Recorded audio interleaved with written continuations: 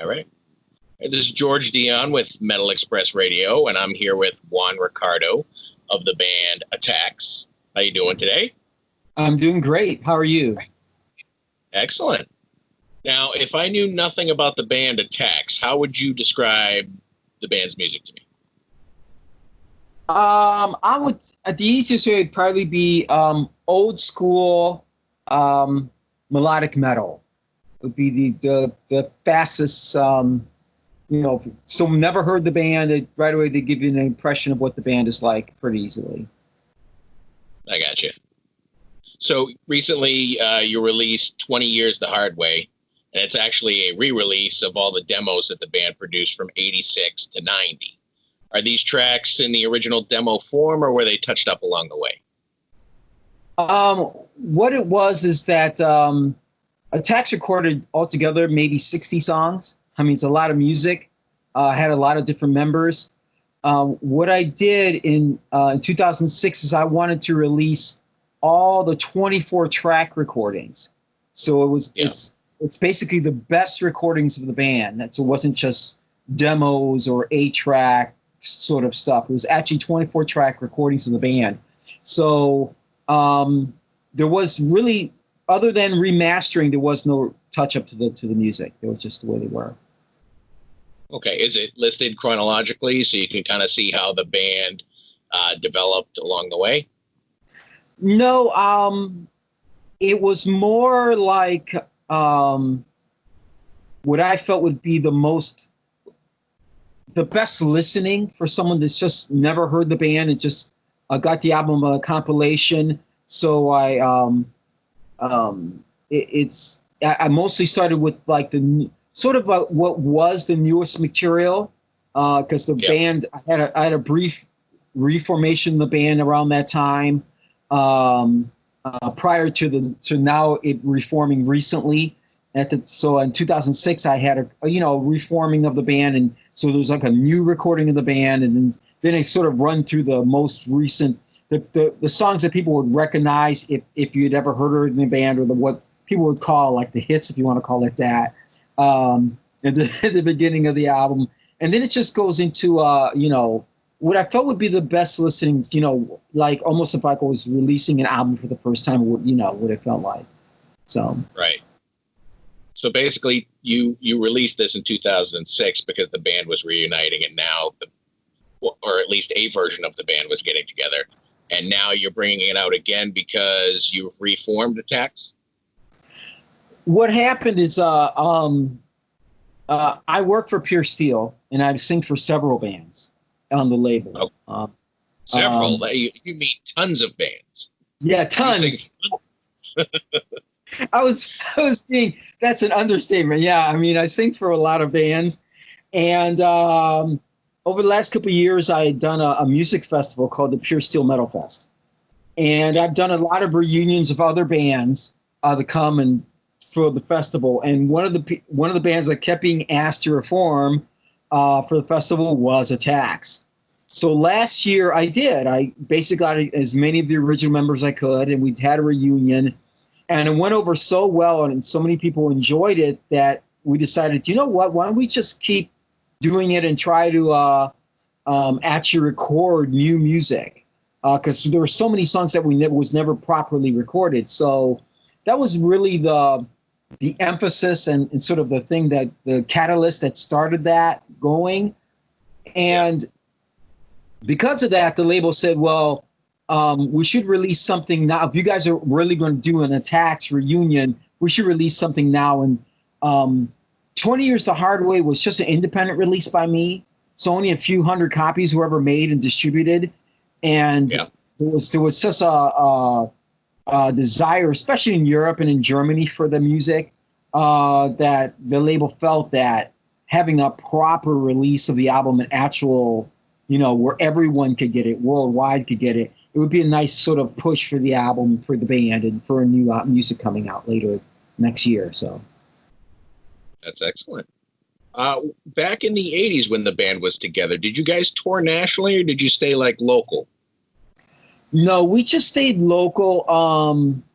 The band was together really only for not that between 85 and 88 properly, and recorded. We had a lot of label interest at the time. Locally, we, the kind of, it was that time, that sort of that, we were kind of that bridge between glam rock and sort of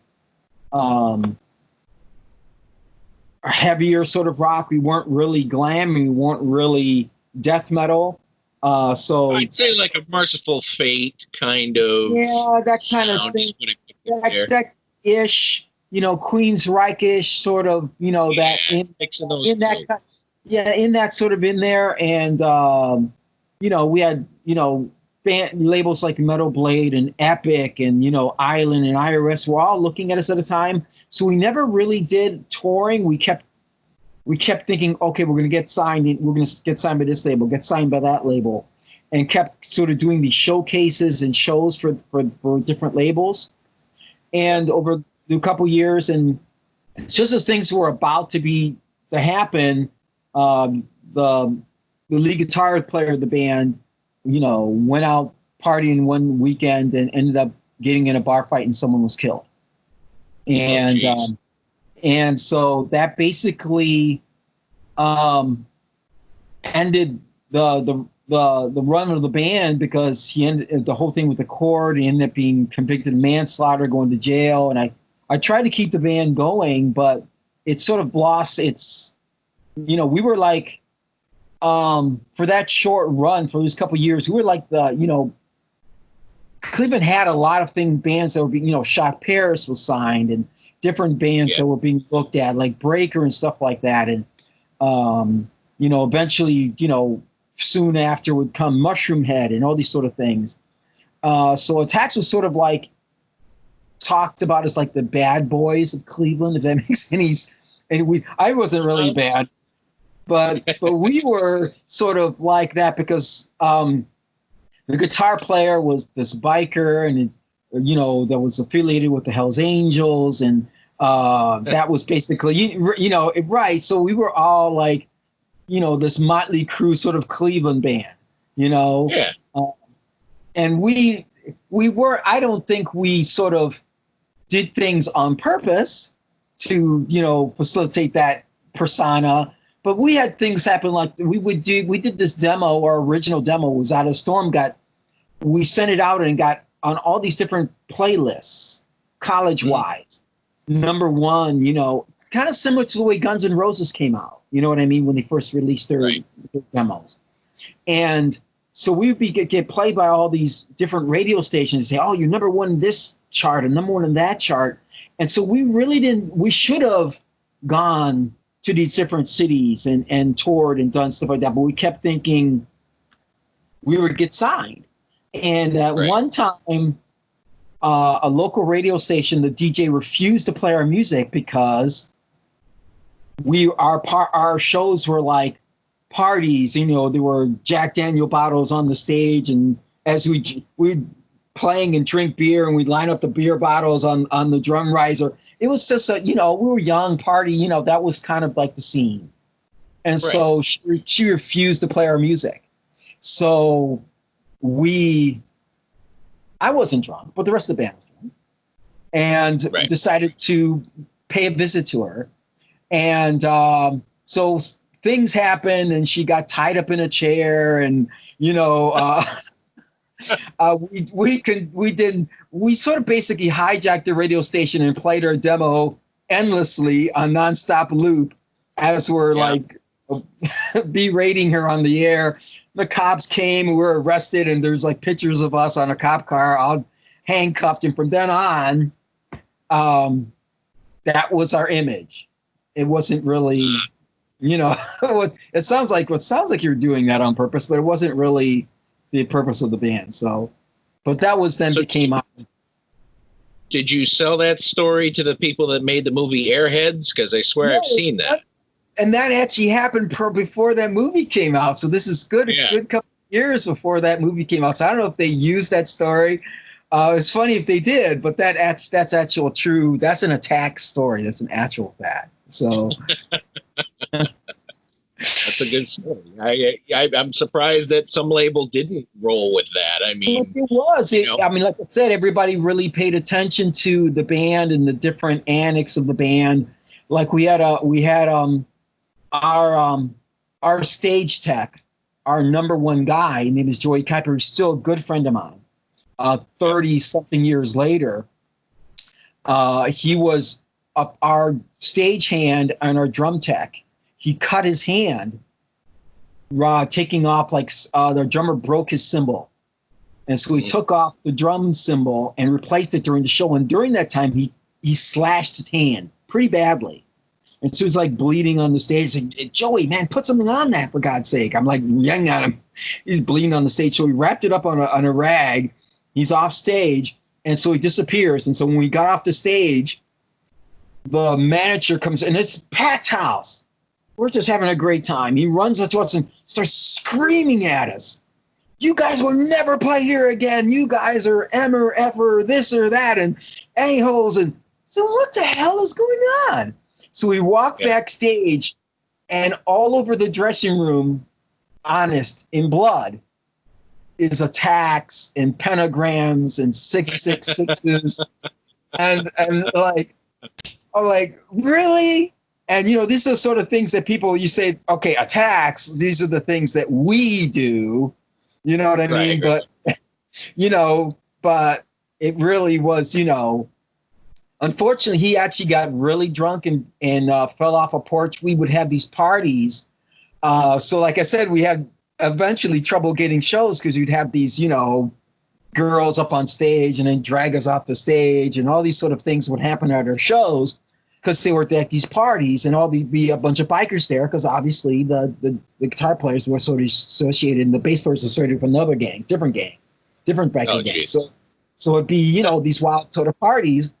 And so we would just have these big keg parties. So basically people would come in and drink what you want, and we'd just play all night.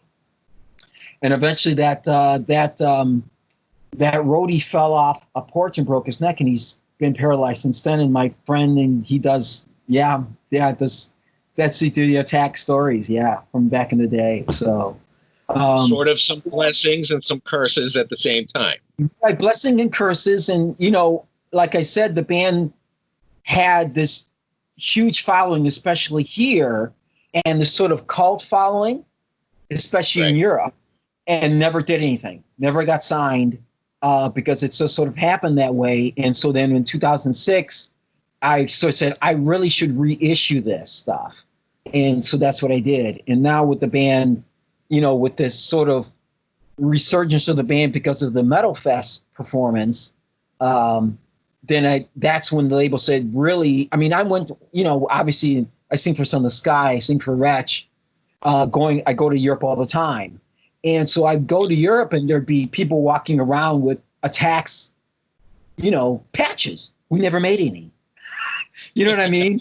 You know what I'm saying? Yeah. That kind of thing. Yeah. So it'd be like, wow, there's this cult happening about the band. And even though there isn't, in America, people basically, there's only like this underground sort of, collector sort of thing that likes the band. Like that original demo is like, original demo and booklet press release is still something that's well sought out. We only made like a few dozen, so it's pretty expensive to find them back. So it's funny. So after I guess Attaxe blew up at some point, you moved on to another band. And you actually were signed to a label. Yes. Torment. Yes. Torment was. Attaxe was actually still around. I was trying to keep the band together, but it really was just, like I said, it lost its swagger. The members of Torment came to basically the last Attaxe show because I was breaking up the band. And what had happened is their singer had left, and he eventually died in a car wreck. He was a great singer, great songwriter, and he eventually died in a car wreck. Because he got drunk all the time. Yeah. So they basically had fired him and were looking for a new singer, and came to an Attaxe show and then was really impressed with, my vocal performance, I guess you want to say.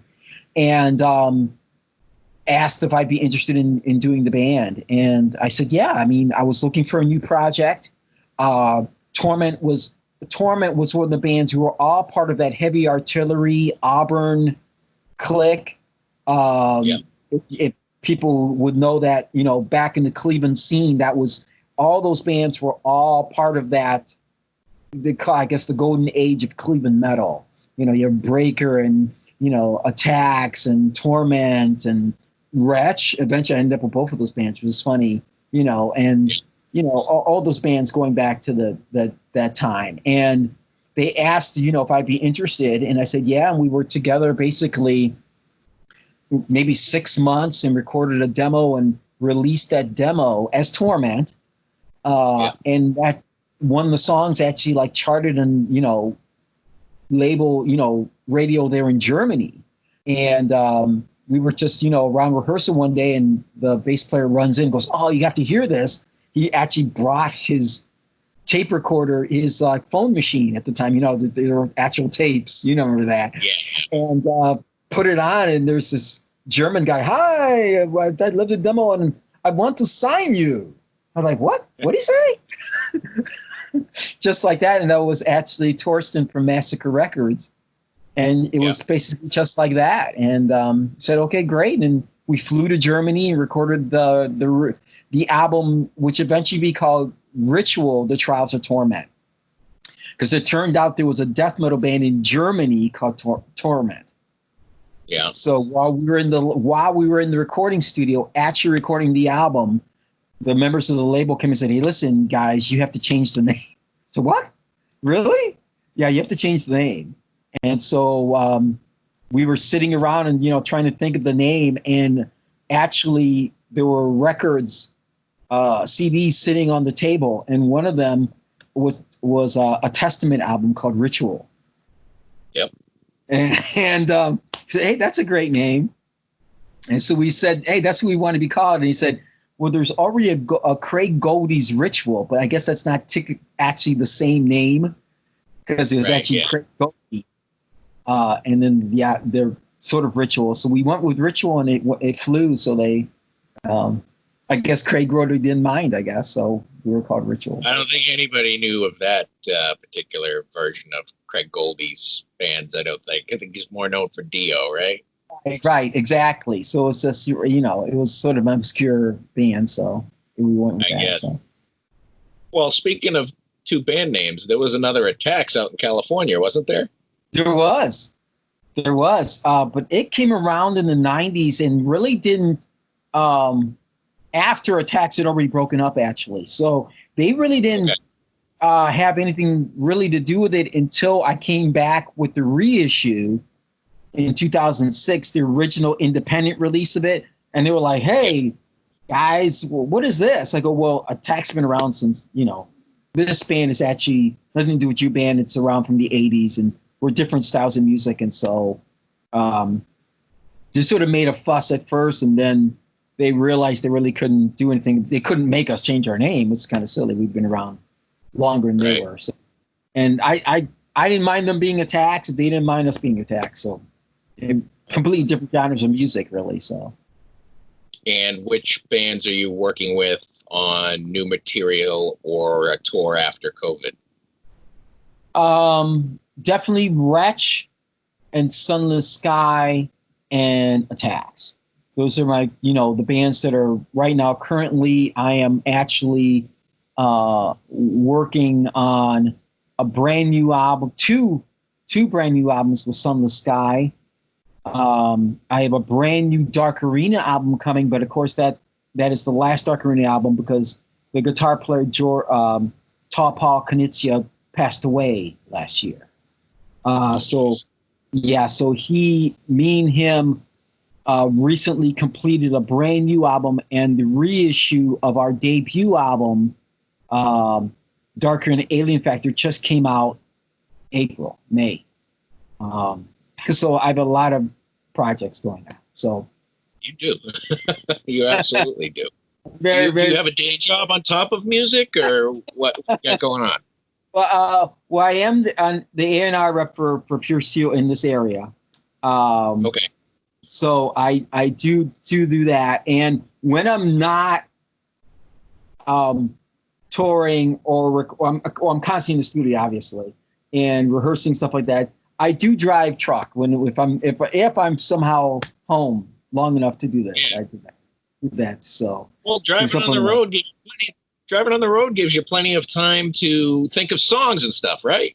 time to practice. I can practice constantly in my head. So I always say, because I also play bass for some of this guys. So learning all these parts and stuff like that. So Okay. it's different. So. Do you have any crazy stories of partying with these guys, or did you not really get that chance? Or My God, one of these. One of the times I can recall, or now you got to imagine early '80s. We did a show opening up for a band. I won't mention the band yet because it's hold on. So this obscure band came in, and I had a manager come up and say, "Hey, listen," and it wasn't in Cleveland. It was out of town. I can't recall. It was like Lorraine or some obscure little club. Oh, we need a band, and we want to make sure we have a draw. And at the time, Attaxe was a draw. So they were like, "We need you to come in to play with this band that's coming in. They just got signed. We're not sure the draw. Well, it turned out to be good actually because they were being pushed by college radio at the time. But Bill Peters at the time. I want them to mention the band, but I will. We'll get to. It'll be great when I say it. So we came in, did the show with this band, and they were kind of like this doom metal band. Doom metal, at the time was not really a thing, and they were awesome. I was like, oh my God, these guys are freaking gods. They said, oh yeah, dude. Before they play, go, oh, guess what, man? We just got our record because it just came out. So they put their record of vinyl on. So we just did the show with them, and he played their album, and it was fantastic. And I was like, I've sat there. So when they actually got their record, I actually sat there and listened to it, and the band was Trouble. Oh, no kidding. Yeah. Yeah. Exactly. Well, thanks for talking to me today. Thanks for talking to Metal Express Radio, and I wish you the best of luck in everything you do. Okay. Thank you so much, George. And everybody stay safe out there and stay metal. Absolutely. Take care, man. Okay, bye.